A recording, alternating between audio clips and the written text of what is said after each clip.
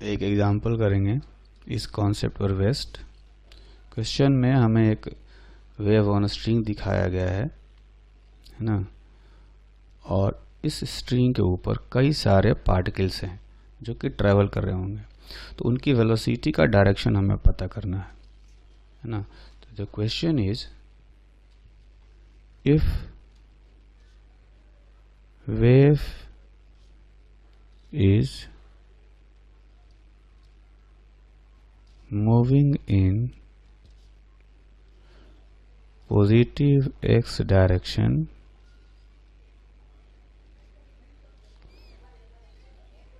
then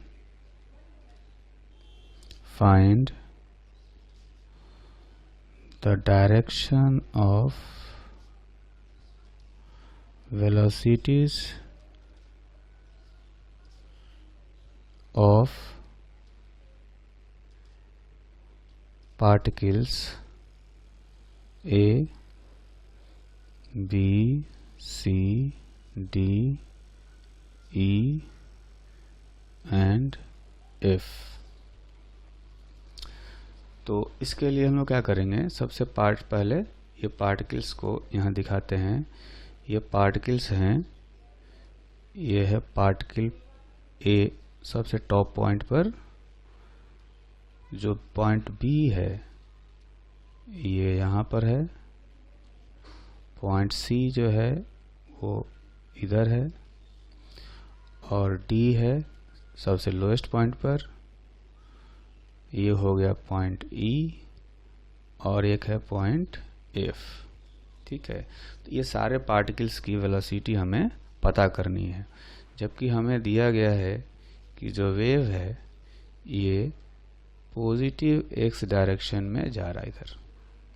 ठीक है, तो इसका सॉल्यूशन देखेंगे।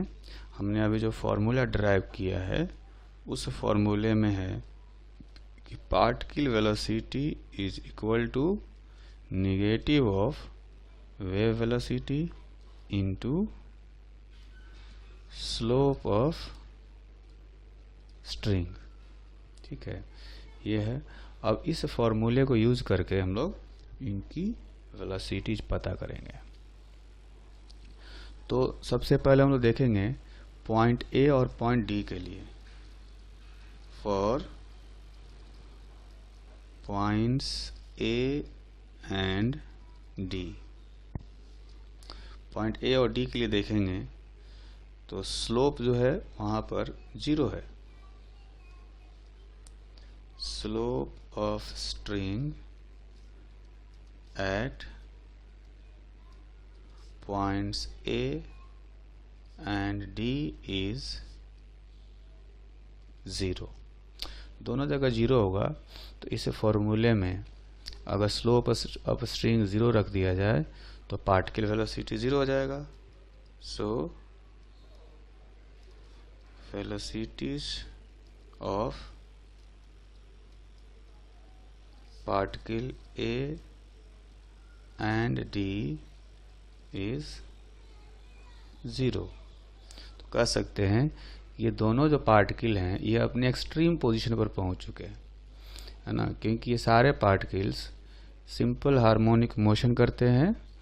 तो जो पार्टिकल ए है ऐसे SHM करता होगा, तो इसका ये जो है अपने पॉजिटिव एक्सट्रीम पर पहुंच चुका है। उसी तरह से जो पार्टिकल डी है ये भी अपना SHM करता होगा कुछ इस तरह से ऊपर नीचे, तो ये अपने निगेटिव एक्सट्रीम पर पहुंच चुका है। ठीक है, और इसलिए दोनों रेस्ट पर हैं। अब आते हैं पार्टिकल्स बी और सी के लिए, है ना। फॉर पॉइंट्स बी एंड सी, तो बी और सी के लिए जो है हम लोग फिर से वाला फॉर्मूला लिख लेते हैं यहाँ पर। Vp is equal to minus of wave velocity into slope of string, है ना। तो अगर देखें यहाँ पर जो बी और सी हैं दोनों के जगह पर, दोनों के जहाँ पर हैं वहाँ पर स्ट्रिंग का स्लोप निगेटिव है ना। जैसा कि हम जानते हैं कि अगर कोई लाइन एक्स एक्सिस से ऑब्ट्यूस एंगल बना रहा हो, ये लाइन हो गया, अगर ये थीटा 90 से बड़ा हो तो स्लोप निगेटिव होता है ना। तो उसी तरह से यहाँ पर हम देख सकते हैं कि जो स्ट्रिंग है ये एक्स एक्सिस से, एक्स एक्सिस अपना ये है, एक्स एक्सिस से ऑब्ट्यूस एंगल बना रहा होगा तो इसका स्लोप निगेटिव है। तो इस फॉर्मूले में देख सकते हैं कि जो स्लोप आया है ये आया है निगेटिव, है ना, इसका स्लोप हो गया निगेटिव। अच्छा, वेव वेलोसिटी हमें पॉजिटिव दिया गया है, जैसा क्वेश्चन में देखेंगे पॉजिटिव डायरेक्शन में वेव चल रहा है, तो ये पॉजिटिव हो गया।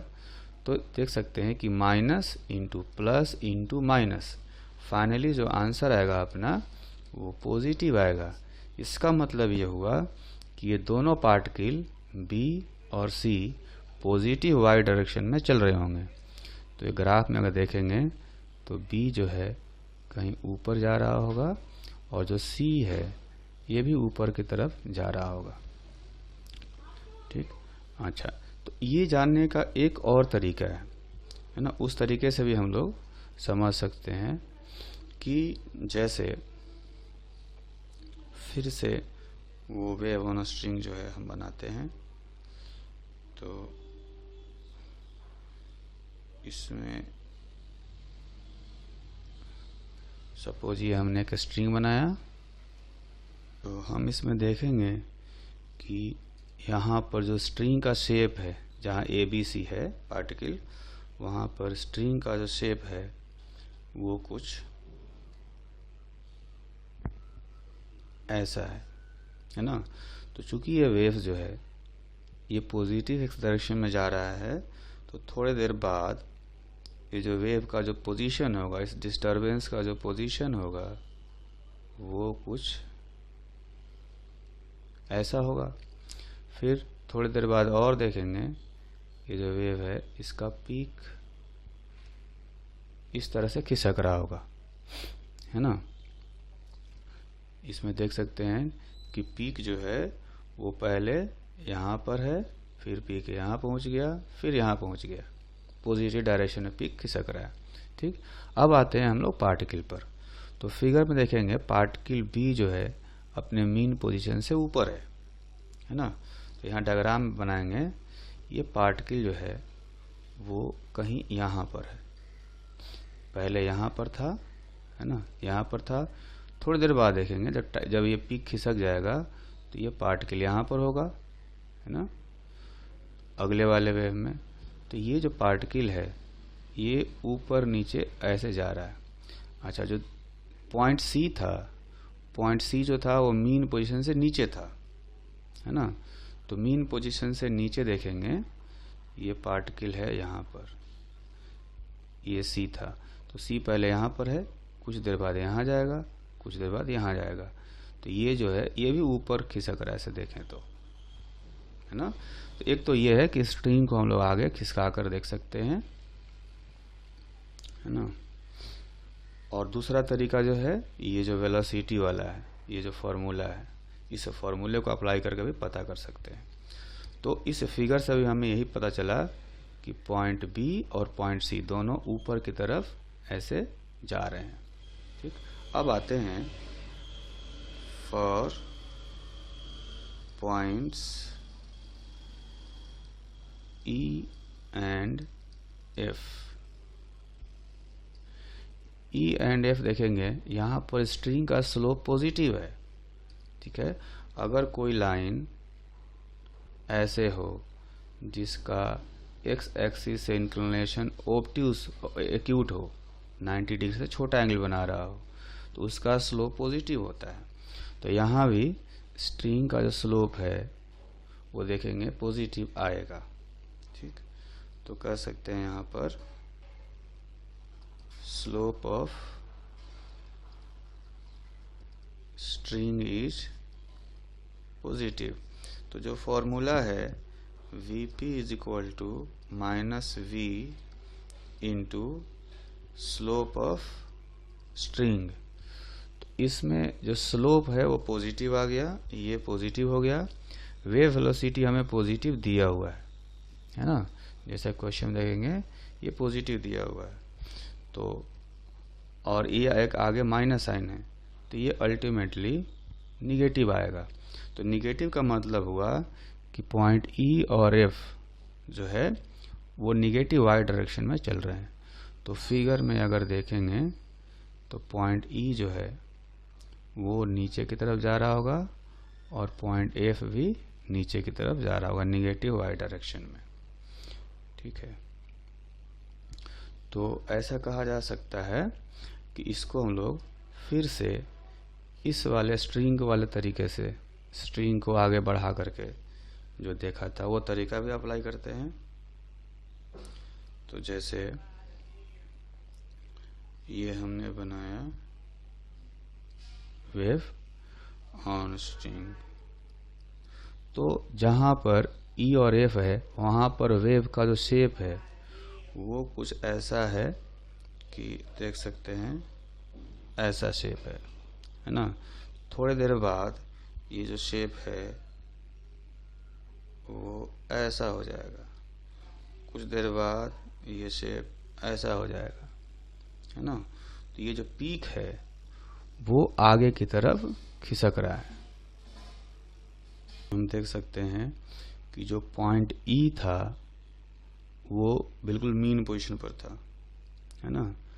वो पॉइंट जो था वो यहाँ था, है ना। उसको दिखाते हैं यहाँ पर, ये पॉइंट यहाँ था मीन पोजीशन पर। तो जैसे स्ट्रिंग खिसक रहा है तो वो पॉइंट जो है वो वर्टिकल डायरेक्शन में नीचे की तरफ खिसक रहा है ऐसे। और एक पॉइंट था यहाँ पर, ये पॉइंट यहाँ था ऊपर, ये पॉइंट ई और ये पॉइंट एफ। तो एफ जो है थोड़ी देर बाद यहाँ आ गया मीन पोजीशन पर, उसके बाद और नीचे आ गया, एफ जो है वो भी नीचे की तरफ आ रहा है।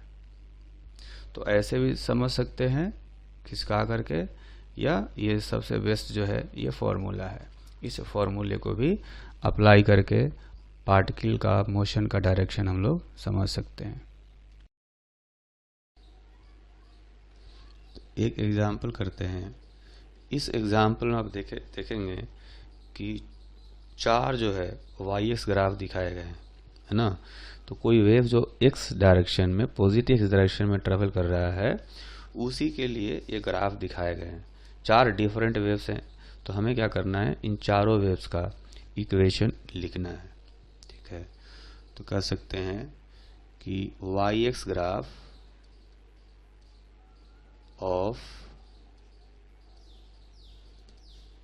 waves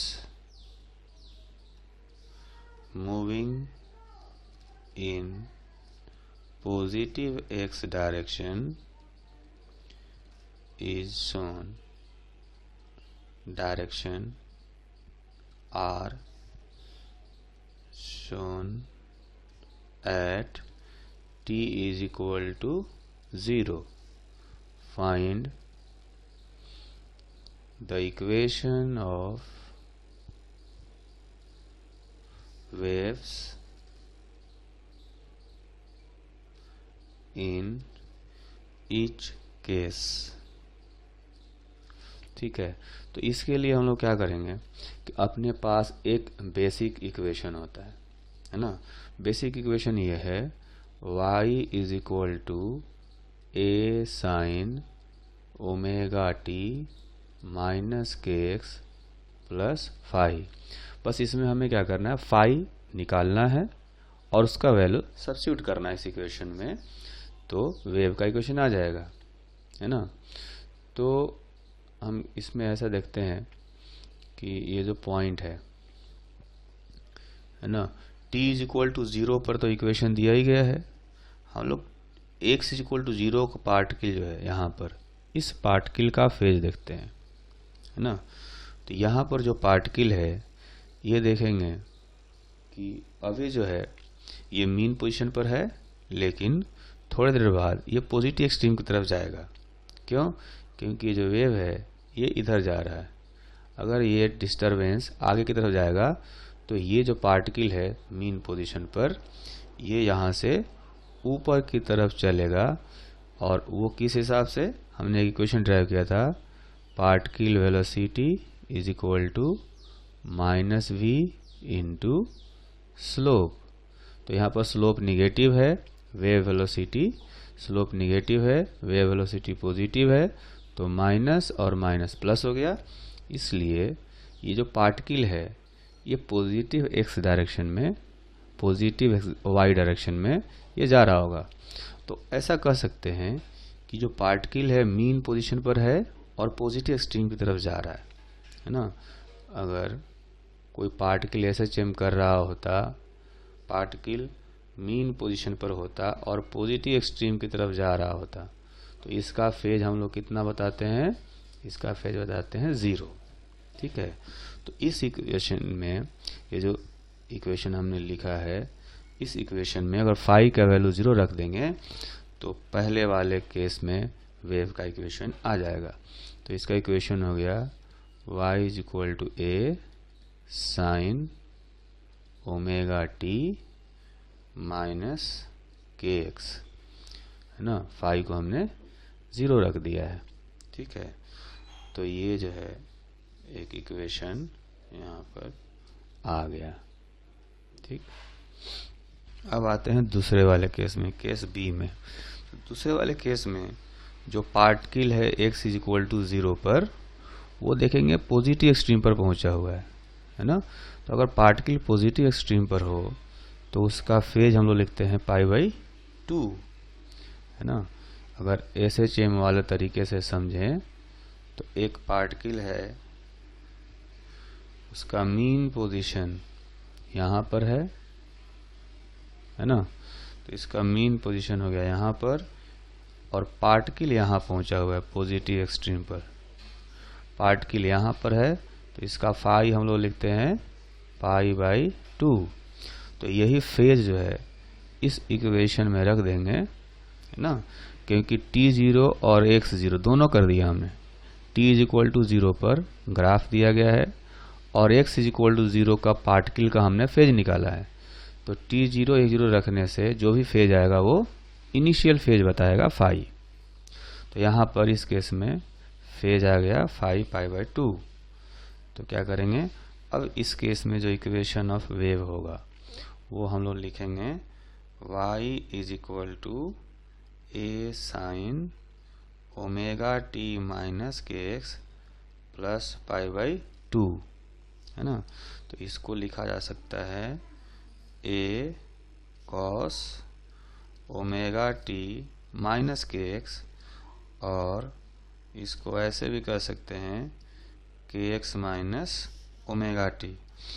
तो इस इक्वेशन को दो तरीके से लिखा जा सकता है। ठीक है, अच्छा अब आते हैं थर्ड वाले केस में, केस सी में। तो सी में देखेंगे कि जो पार्टिकल है x इक्वल टू 0 पर वो मीन पोजीशन पर है ना, मीन पोजीशन पर है, लेकिन ये जो वेव है ये पॉजिटिव डायरेक्शन में जाएगा।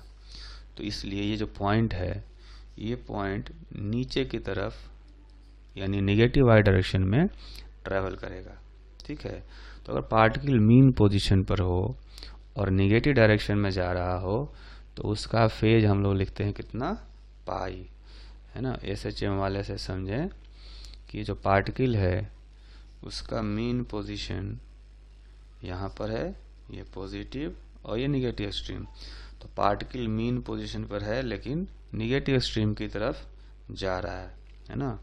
तो सर्किल में देखेंगे तो ये जो पार्टिकल होगा वो नीचे होगा और इधर जा रहा होगा। तो इसका फेज हम लोग बताएंगे यहाँ से टोटल हो जाएगा पाई। ठीक, तो ये पता चल गया कि पार्टिकल का जो फेज है वो हो गया है पाई, इनिशियल फेज पाई हो गया। तो ये जो इक्वेशन है इस इक्वेशन में फाई का वैल्यू पाई रख देंगे तो अपना आंसर आ जाएगा। तो कहा जा सकता है equation of wave is equal to A sine omega T minus के एक्स प्लस पाई, है ना, प्लस पाई हो गया। तो इसको थोड़ा सा और सिंप्लीफाई करेंगे, y is equal to minus A sine omega T minus के एक्स। तो इस तरह से इसका इक्वेशन लिखा जा सकता है। ठीक, अब आते हैं फोर्थ वाला यानी सेक्शन डी पर। सेक्शन डी में देखेंगे कि पार्टिकल जो है अपने निगेटिव एक्सट्रीम पर है ना। x इक्वल टू 0 वाला पार्टिकल अपने निगेटिव एक्सट्रीम पर है। तो अगर पार्टिकल निगेटिव एक्सट्रीम पर हो तो उसका फेज हम लोग SHM से बताते हैं 3π/2 है ना। सपोज ये पार्टिकल का SHM का पाथ हो गया। अब पार्टिकल जो है अपने, ये हो गया इसका मीन, ये पॉजिटिव एक्सट्रीम, ये निगेटिव एक्सट्रीम। तो पार्टिकल जो है वो यहाँ पर है निगेटिव एक्सट्रीम पर। तो इसका जो फाई हम बताएंगे वो लिखेंगे 3π/2। ठीक है, तो फिर 3π/2 है। तो ये जो इक्वेशन है, इस इक्वेशन में फाई का वैल्यू 3π/2 रखने से वेव का इक्वेशन आ जाएगा। तो हम क्या करेंगे, y is equal to a sine omega T minus के एक्स प्लस 3π/2। ठीक है, तो ये हो गया। इसमें लिख सकते हैं, ये हो जाएगा -a cos omega T minus के एक्स है ना। तो इस इक्वेशन को हम लोग इस तरह से लिख सकते हैं। ठीक है, इस इक्वेशन को एक और तरीके से लिखा जा सकता है कि y is equal to -a cos k x minus omega t, क्योंकि cos माइनस थीटा जो होता है वो cos थीटा के बराबर होता है। तो इसको हम लोग ऐसे भी लिख सकते हैं। तो कुल मिलाकर हमें 4 वेव्स दिए गए थे, चारों का इक्वेशन हमने फाइंड कर लिया। पहले वाले का जो सिंपल है, फिर दूसरे वाले का जो आया ये 2 तरीके से लिख सकते हैं है ना। और तीसरे वाले का सिर्फ एक तरीके से हो गया, यहाँ पर माइनस साइन है। और ये हो गया फोर्थ वाले का। ठीक है, अब हम जानेंगे relation between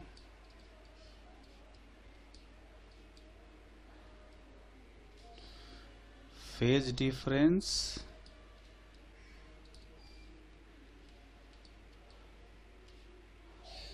and path difference. है ना। पाथ डिफरेंस का मतलब हुआ कि अगर 2 पार्टिकल के बीच का डिस्टेंस हमें पता हो तो क्या उनके बीच का फेज डिफरेंस पता किया जा सकता है, ये हम जानने की कोशिश करेंगे। तो हम लोग क्या करते हैं कि 2 पार्टिकल लेते हैं। एक पार्टिकल जो है यहाँ पर है, ठीक, ये भी अपनी जगह पर ये SHM कर रहा होगा। ठीक है, इसको हम लोग कह देते हैं कि ये है पार्टिकल 1। ठीक, अच्छा, जो दूसरा पार्टिकल है उसको हम लोग मान लेते हैं कि ये पार्टिकल जो है वो कहीं यहाँ पर है। ठीक, अब ये पार्टिकल जो है ये भी अपनी पोजीशन पर ऊपर नीचे सिंपल हार्मोनिक मोशन कर रहा होगा। इसको हम कह देते हैं पार्टिकल 2। ठीक, पार्टिकल 1 का जो पोजीशन है ओरिजिन से, ये हम लोग मान लेते हैं x1 है। यहाँ से x1 डिस्टेंस पर पार्टिकल 1 है। ठीक, और जो x2 है वो ओरिजिन से x2 डिस्टेंस पर है।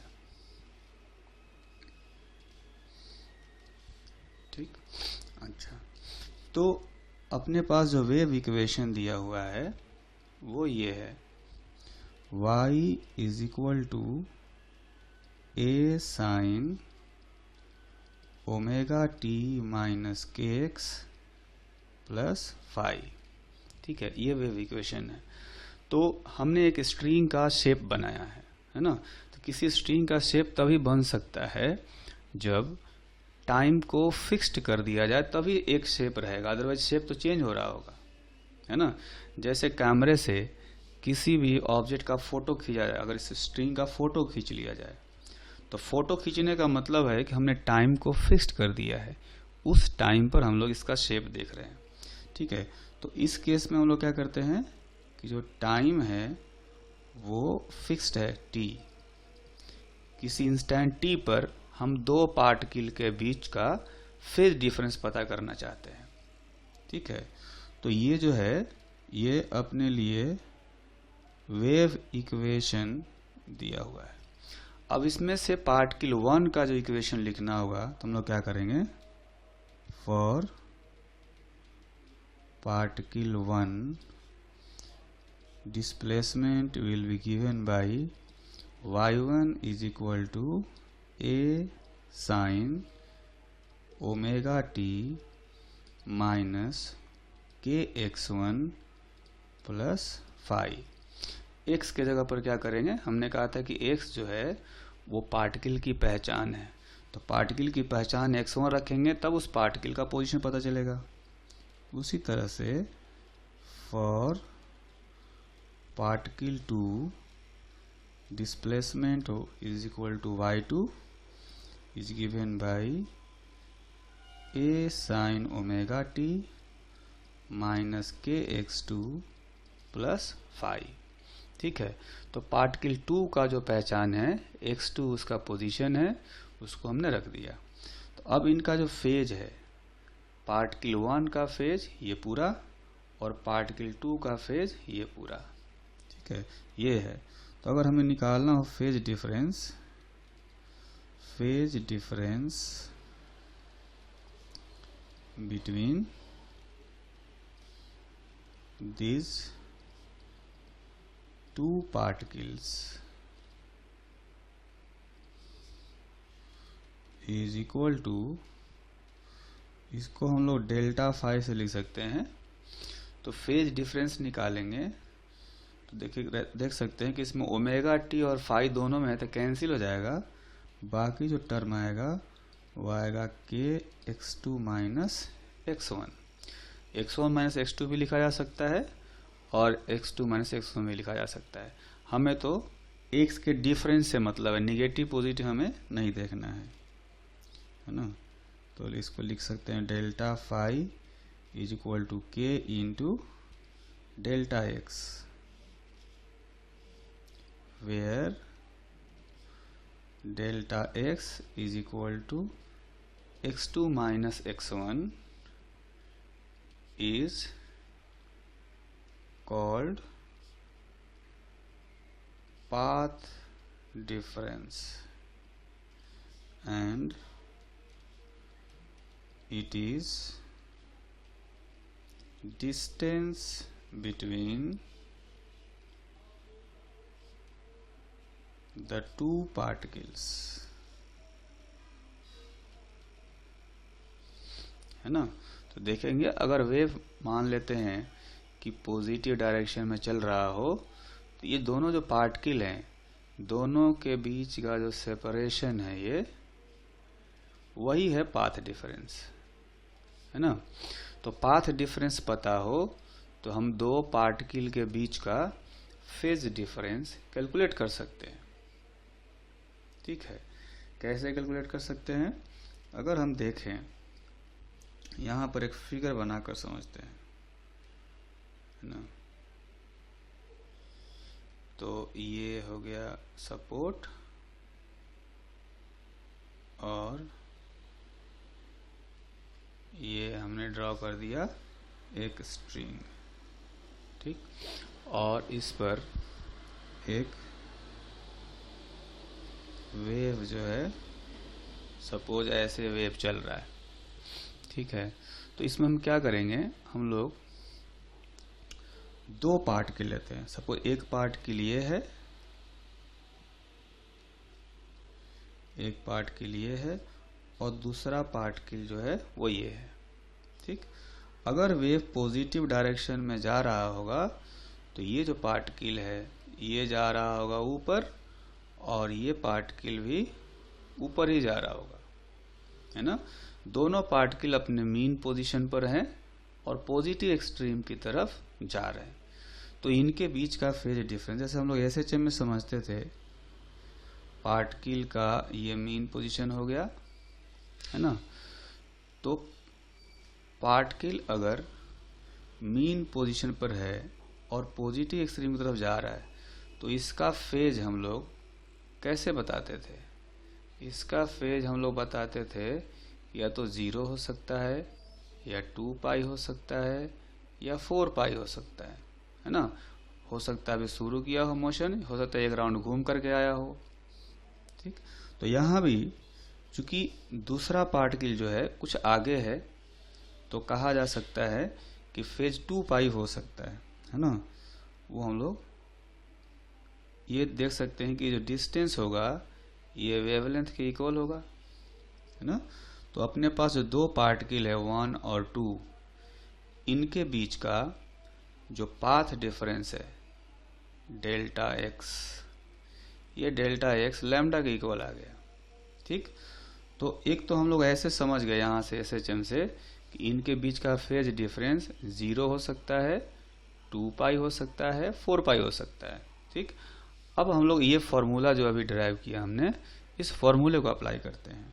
तो इस फॉर्मूले से हम लोग देख सकते हैं कि delta phi is equal to k, जो है के का वैल्यू होता है 2 पाई बाई लैम्डा, है ना। यहाँ जो के है उसका वैल्यू हमने 2 पाई बाई लैम्डा रख दिया, और जो डेल्टा एक्स है यहाँ पर, उस डेल्टा एक्स का वैल्यू यहाँ से हम लोग रखेंगे लैम्डा, ठीक है।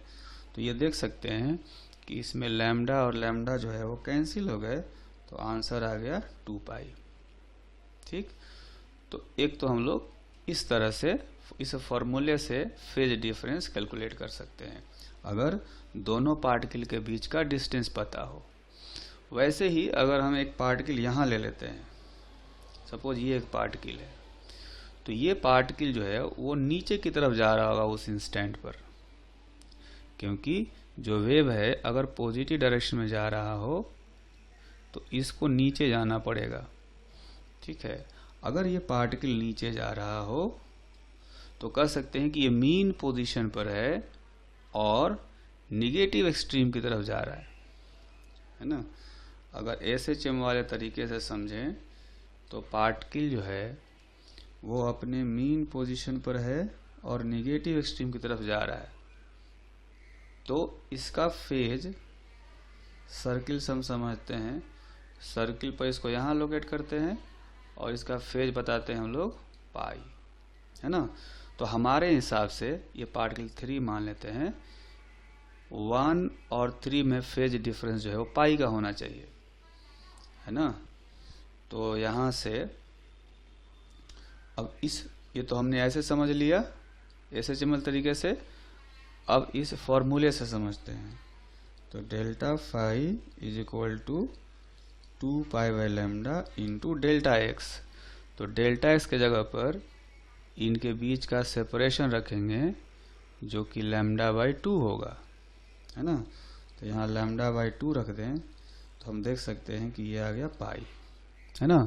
तो इस फॉर्मूले से भी पाई आया और हमने यहाँ से अपने SHM तरीके से भी समझा तो पाई आया, ठीक है। तो मेन जो है हमें क्या ध्यान रखना है इसमें, ये जो फॉर्मूला है कि फेज डिफरेंस डेल्टा फाई और पाथ डिफरेंस डेल्टा एक्स में ये रिलेशन होता है। मतलब दो पार्टिकल के बीच का सेपरेशन डेल्टा एक्स पता हो तो उनके बीच का फेज डिफरेंस पता किया जा सकता है इस फॉर्मूले से। तो जिस तरह से हमने फेज डिफरेंस और पाथ डिफरेंस में रिलेशन निकाला, उसी तरह से हम लोग कैलकुलेट करेंगे relation between phase difference and time difference.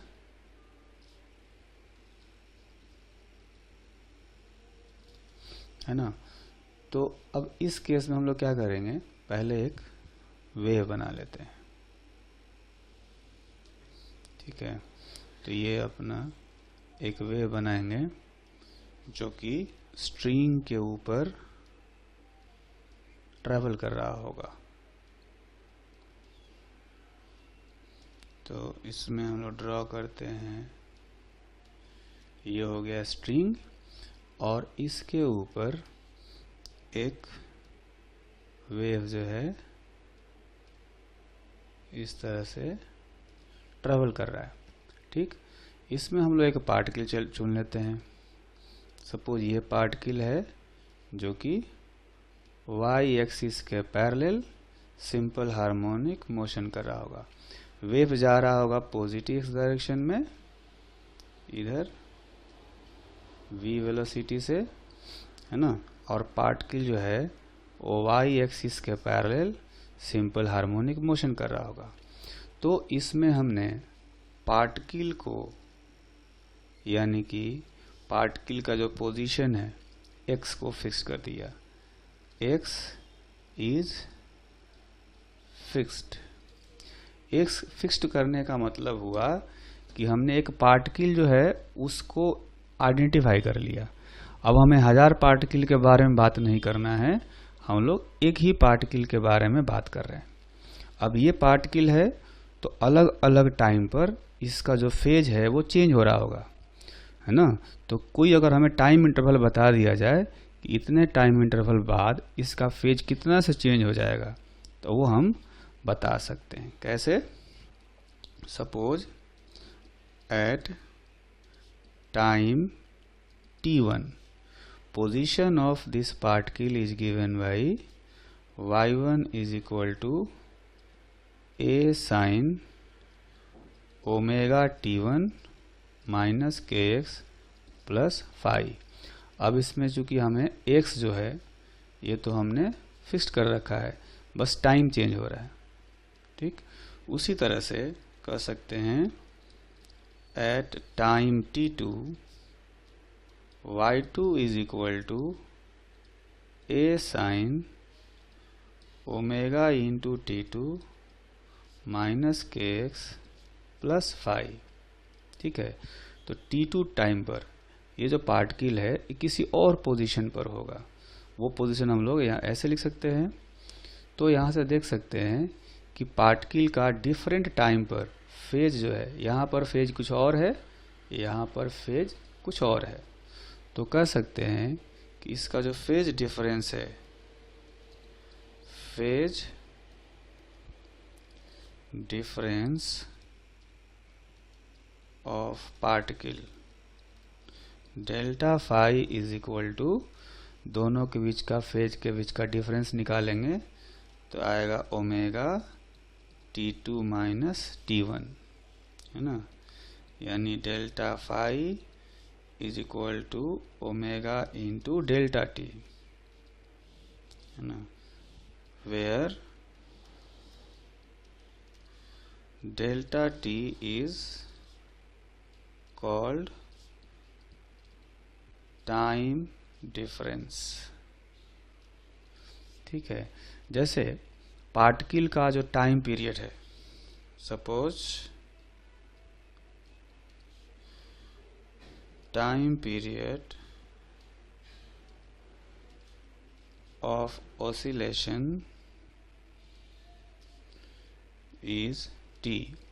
Particle जो है ऐसा मान लेते हैं कि पार्टिकल t टाइम पीरियड के साथ में ऑसिलेशन कर रहा है। ठीक है, तो जैसा कि हम लोगों ने SHM में देखा था, है ना, SHM में एक पार्टिकल हो और वो अपने मीन पोजीशन पर हो, मीन पोजीशन से पॉजिटिव एक्सट्रीम तक जाने में कितना टाइम लेता था? t/4। तो इतने टाइम में इसका फेज कितना से बदल जाएगा? सर्किल पर देखें तो इसका जो फेज है, पार्टिकल SHM करने वाला पार्टिकल यहाँ से यहाँ जाता था, तो सर्किल वाला पार्टिकल यहाँ से यहाँ आता था, यानी कि उसका फेज जो है वो π/2 से बदल जाता था।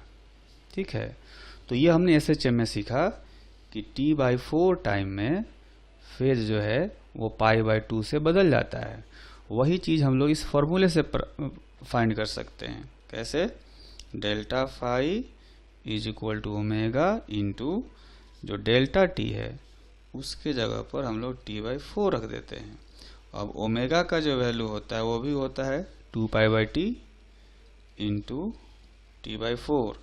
तो यहाँ से देख सकते हैं कि इसमें से t तो कैंसिल हो गया, तो ये आ गया π/2।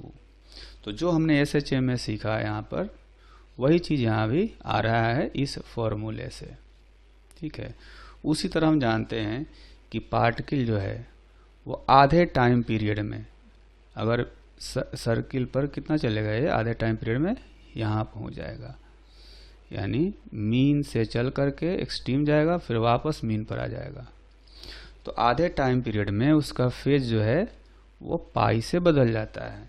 तो अगर यहाँ पर करें ΔΦ ओमेगा इंटू डेल्टा टी के जगह पर अगर हम रख देंगे t/2, तो ये क्या आएगा 2π/t इंटू t/2। तो देखेंगे कि इसमें से t कैंसिल हो गया, 2 भी कैंसिल हो गया, तो ये आ गया पाई। ठीक है। तो इसी तरह से जैसा हम लोग SHM में सीखे थे, वही वाला फेज डिफरेंस हम लोग यहाँ से निकाल रहे हैं। तो इसमें हमें मेन जो है ये फॉर्मूला याद रखना है, और उसमें ध्यान क्या रखना है कि हम एक ही पार्टिकल की बात कर रहे हैं, एक ही पार्टिकल का अलग अलग टाइम पर हम लोग जो फेज होगा उसका डिफरेंस निकाल रहे हैं। ठीक है। तो एक ही पार्टिकल का इस इंटरवल में, डेल्टा टी इंटरवल में फेज कितना से बदल जाएगा, ये हमें यहाँ पर निकालना होता है। तो फेज डिफरेंस से रिलेटेड एक एग्जांपल करेंगे। The example is a wave having frequency 100 Hz and wavelength 2 centimeter is moving along positive x direction as shown in figure। तो फिगर में जो है वेव पॉजिटिव एक्स डायरेक्शन में जा रहा है। इस वेव पर हमने दो पार्टिकल दिखाए हैं, 1 और 2। दोनों पार्टिकल के बीच का सेपरेशन है 1 सेंटीमीटर। तो इस क्वेश्चन का जो फर्स्ट पार्ट है वो है if phase of particle 1 is -π/6, then find the phase of particle 2 at the instant shown in figure। ठीक। अच्छा, इसके बाद एक और क्वेश्चन है, if initial phase of particle 1 is -π/6, then find the phase of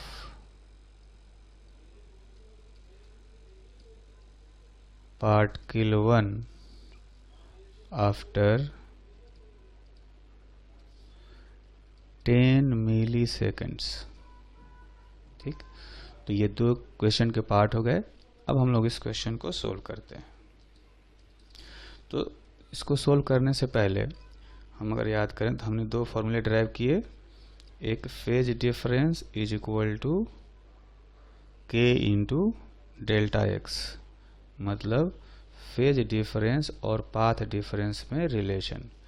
और दूसरा हमने इक्वेशन ड्राइव किया था delta phi is equal to omega into delta t, phase difference और टाइम डिफरेंस में रिलेशन। ठीक, तो इस क्वेश्चन का जो फर्स्ट पार्ट है वो इस फॉर्मूले से बनेगा। तो फेज डिफरेंस को हम लोग लिख सकते हैं phi two minus phi one is equal to 2 pi by lambda into delta x. ठीक है, तो क्वेश्चन में देखेंगे तो कि जो लैम्डा है वो लैम्डा का वैल्यू हमें दिया गया है 2 सेंटीमीटर, ये लैम्डा है अपना। तो इसमें रखेंगे तो आएगा 2 पाई डिवाइडेड बाई 2 सेंटीमीटर इंटू जो पाथ डिफरेंस है वो अगर फिगर में देखें तो दोनों पार्टिकल के बीच का सेपरेशन है 1 सेंटीमीटर, तो यही पाथ डिफरेंस हो गया। तो यहाँ पर रखेंगे पाथ डिफरेंस के जगह पर 1 सेंटीमीटर, तो ये फाइनली आ गया पाई। ठीक, अब हमें पता है कि क्वेश्चन में पार्टिकल 1 का जो फेज बताया गया वो बताया गया है -π/6। तो फाई 1 के जगह पर हम लोग जो है वो -π/6 रख सकते हैं इज इक्वल टू पाई, यानी फाई 2 जो होगा वो होगा पाई माइनस π/6, यानी कि ये हो जाएगा 2π/3। तो ये हो गया पार्टिकल 2 का phase, phi 2 is equal to 2π/3। तो ये पहले पार्ट का आंसर हो गया। ठीक, अब आते हैं दूसरे पार्ट में। तो दूसरे पार्ट में हमें ये फॉर्मूला यूज करना पड़ेगा, delta phi is equal to omega into delta t. जो ओमेगा है इसको हम लिख सकते हैं 2π/t इंटू डेल्टा टी या 2πn इंटू डेल्टा टी। ठीक, तो इस डेल्टा फाई को लिखेंगे phi 2 minus phi 1 is equal to 2 pi, ये जो n है n का वैल्यू यानी कि फ्रीक्वेंसी क्वेश्चन में बताया गया है 100 हर्ट्ज। ठीक है, तो हम लोग क्या करेंगे 2 पाई फ्रीक्वेंसी रखेंगे 100 हर्ट्ज इंटू टाइम डिफरेंस जो डेल्टा टी है, यहाँ पर ये डेल्टा टी, इसका वैल्यू क्वेश्चन में बताया गया है। यहाँ पर अगर देखें तो ये बताया गया है 10 मिली सेकेंड। तो 10 मिली सेकेंड को अगर यहाँ पर लिखेंगे तो 10 इंटू 10⁻³ सेकेंड्स। ठीक है, तो ये जो है कुल मिलाकर के आ गया 2 पाई। ठीक, अब जो है फाई 2 माइनस पार्टिकल 1 का इनिशियल फेज बताया गया है। इनिशियल फेज देखेंगे तो यहाँ पर दिया गया है -π/6। तो यहाँ पर फाई 1 के जगह पर हम लोग रख देते हैं -π/6 इज इक्वल टू 2 पाई। इसका मतलब जो फाई 2 है वो हो जाएगा 2 पाई माइनस π/6, यानी कि फाइनली आंसर आएगा 11π/6 ना। तो कहा जा सकता है कि पार्टिकल 1 का जो फेज है 10 मिली सेकेंड बाद 11π/6 हो जाएगा, है ना।